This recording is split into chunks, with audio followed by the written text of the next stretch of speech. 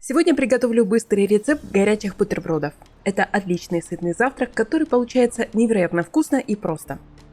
А весь список продуктов оставила для вас в описании под этим видео, так что сохраняйте его, чтобы не потерять. Беру свежий батон и нарезаю его на ломтики. Застилаю противень пергаментом, чтобы ничего не пригорело к листу, и выкладываю кусочки батона. Итак, становится понятно, сколько именно хлеба нужно нарезать и сколько кусочков поместится на противне. Теперь перехожу к начинке. Взяла сервелат, но это может быть любой сорт колбасы или кусочки отварного мяса. Нарезаю помельче. Так готовую закуску гораздо удобнее и выкладывать на хлеб и потом кушать. Кстати, если вы ищете другие вкусные рецепты завтраков или вам нужны быстрые рецепты на каждый день, обязательно загляните в описание под видео и в подсказке справа вверху, там другие подборки рецептов.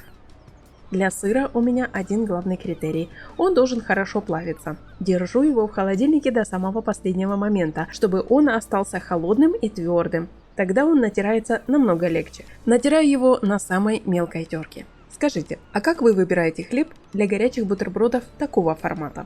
Берете тот, который остался после вчерашнего обеда, или у вас есть свои хитрости, отчего основа в духовке получается еще вкуснее? Поделитесь вашим мнением. Думаю, другим зрителям тоже будет интересно почитать проверенный годами опыт.